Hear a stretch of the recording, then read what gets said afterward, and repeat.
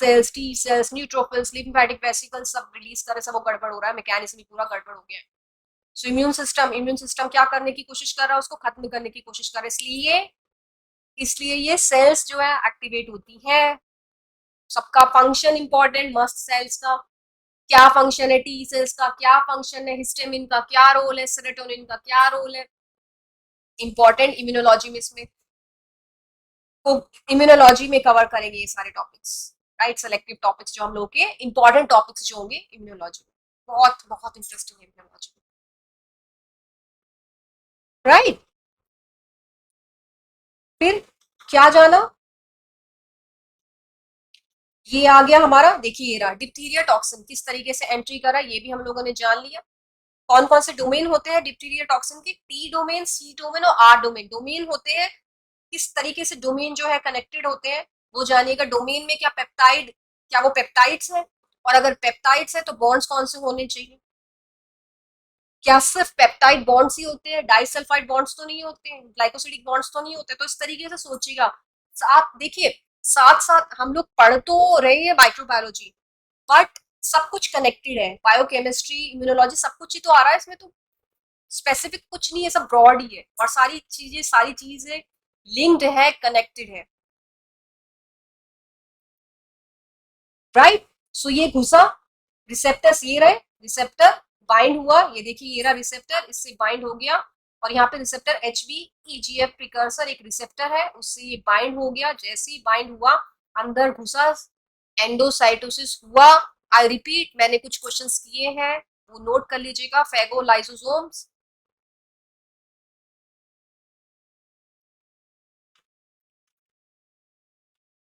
और फेगोसाइटोसिस, चलिए एंडोसाइटोसिस भी आ गया, चलिए उसमें ऑटोफेगी, एक और टर्म मेरे को याद आ रही है, ऑटोफेगसफेजी, पैगी, ये क्या ड्रग टारगेट से रिलेटेड है, ये आज का टास्क है आप लोगों का, और जो जो क्वेश्चंस में दे रही हूँ साथ साथ आप करते रहिएगा। ड्रग टारगेटिंग, टारगेटिंग से इसको कैसे, ये सब कुछ क्या रिलेटेड है, ओके। सो ये घुसा, एंडोसाइटोसिस हुआ, सेल के अंदर पानी पानी जैसा जो होता है उसको साइटोसोल कहते हैं, साइटोसोल, साइटोप्लाज्म, प्रोटोप्लाज्म के बीच में डिफरेंसेस, तो जैसे ये घुसा, ट्रांसलोकेशन हो गया, ये रिलीज हो गए डोमेन्स, ऐसे ऐसे ये रिलीज हुए, सी डोमेन जो है एक्टिवेट हुआ, राइट, इस टॉक्सिन का, और उसने गड़बड़ कर दिया, एडीपी राइबोसाइलेशन ऑफ इलोंगेशन फैक्टर 2 जो कि इन्वॉल्व है प्रोटीन सिंथेसिस में, तो प्रोटीन सिंथेसिस गड़बड़ हो गया, imagine, right. Mechanism of action हम लोगों ने जान लिया है।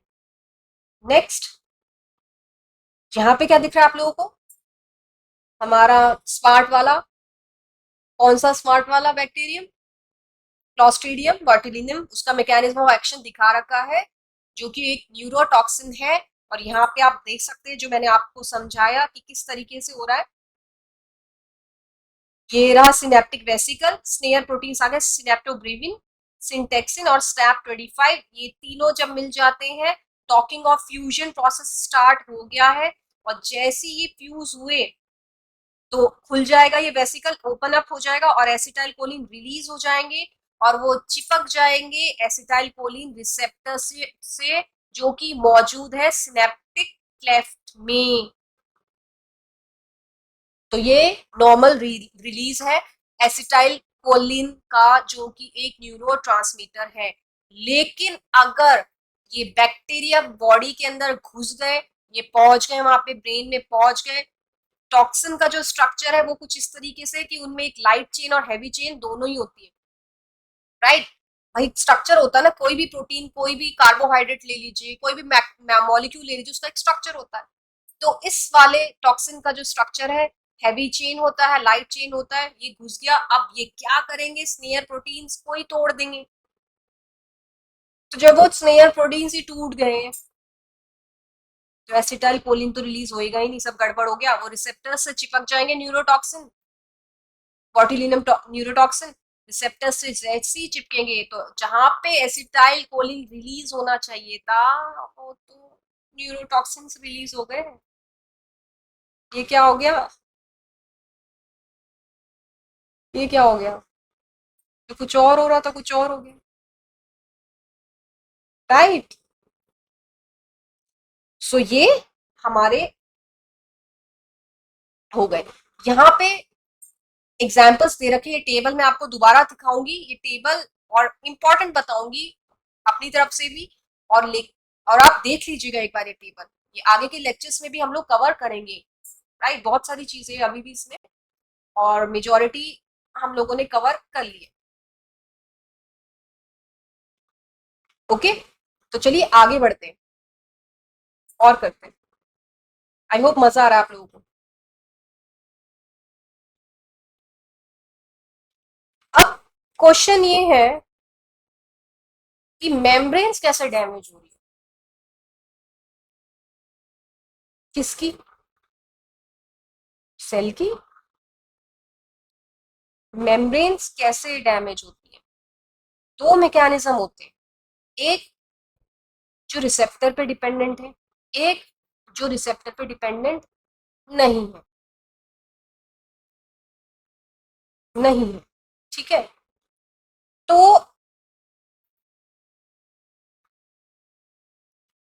उससे पहले एक्सोटॉक्सिन्स का देख लेते हैं फिर से। सपोज ये रहे हमारे भाई बैक्टीरियल एक्सोटॉक्सिन्स।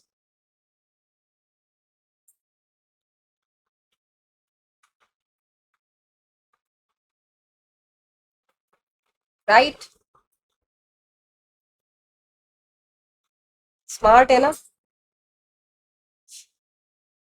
अब क्या करेंगे, ये पहुंच के चलिए किसमें,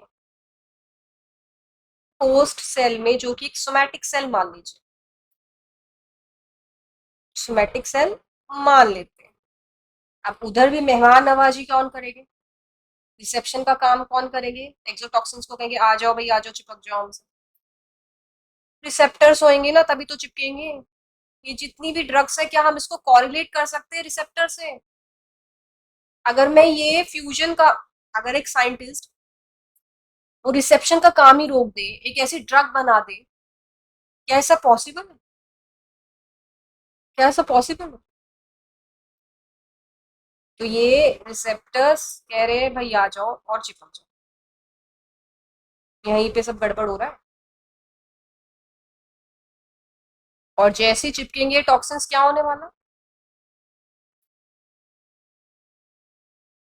किस चीज के बने होते हैं ज्यादातर रिसेप्टर्स? कुछ स्पेसिफिक केमिकल है? लेकिन यहाँ कुछ और ही हो रहा है।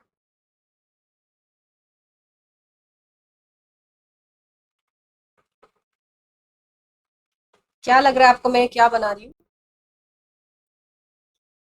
स्ट्रक्चर से कुछ ध्यान आ रहा है? ओके, तो चलिए पहले नेमिंग कर देते हैं। ये हो गया हमारा बैक्टीरियल टॉक्सिन्स। ये हो गई होस्ट सेल, जो कि बेसिकली एक सोमैटिक सेल है।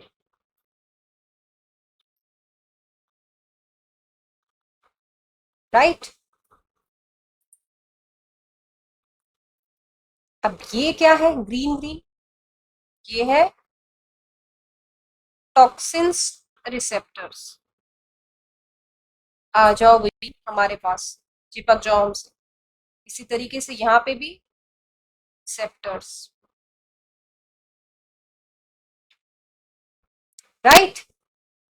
अब ये आ गए, आ गए, और ये चिपक गए यहाँ पे, रिसेप्टर से मिल गए। चलिए मिला दिया। लेकिन इधर वाली होस्ट सेल में क्या हो रहा है, यहाँ पे तो चिपक गए। अब ये जो येलो येलो मैंने बनाए हैं, ये है एंटीबॉडीज।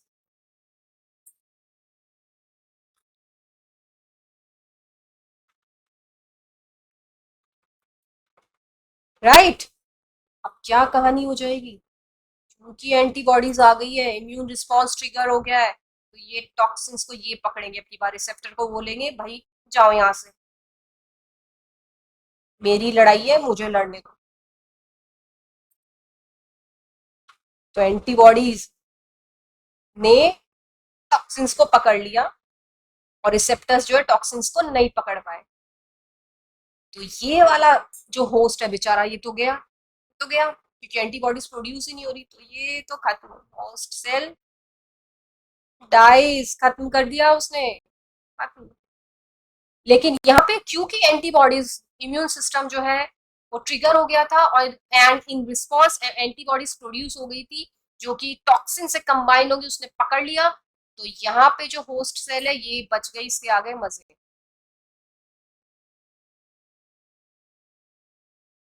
तो ये इस तरीके से एक्सोटॉक्सिन्स रिलीज होते हैं, या तो होस्ट सेल बचेगी या नहीं बचेगी। सो ये नॉर्मल मैकेनिज्म ऑफ एक्शन है, बिल्कुल बेसिक मैकेनिज्म ऑफ एक्शन है हमारा, या किसी भी स्पीशीज की, कोई भी स्पीशीज ले सकती हूँ मैं यहाँ पे, की बॉडी। इतना समझ में आ गया, आज के लेक्चर्स इतने समझ में आ गए।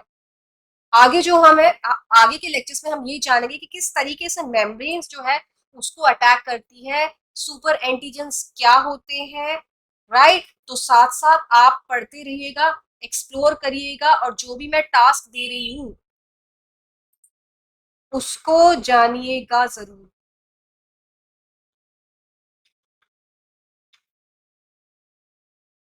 ओके, आई होप आप लोगों को बहुत मजा आया, तो एक्सप्लोर करिएगा। यहाँ पे एक टेबल दिख रही है, इसलिए मैंने खोली हुई है ये, ताकि आप लोग ध्यान दे रहे हो इस टाइम पे। कुछ टर्म्स आ रही है यहाँ पे, न्यूरोलाइसिन देख सकते हैं आप, ए दिख रहा है कहीं पे, कुछ ऐसे माइक्रोब है जो मल्टीपल टॉक्सिन्स रिलीज कर रहे हैं। तो ये टेबल को एक बार देख लीजिएगा आप लोग। ओके, सो आज का लेक्चर इतना ही रखते हैं। Thank you so much, keep exploring.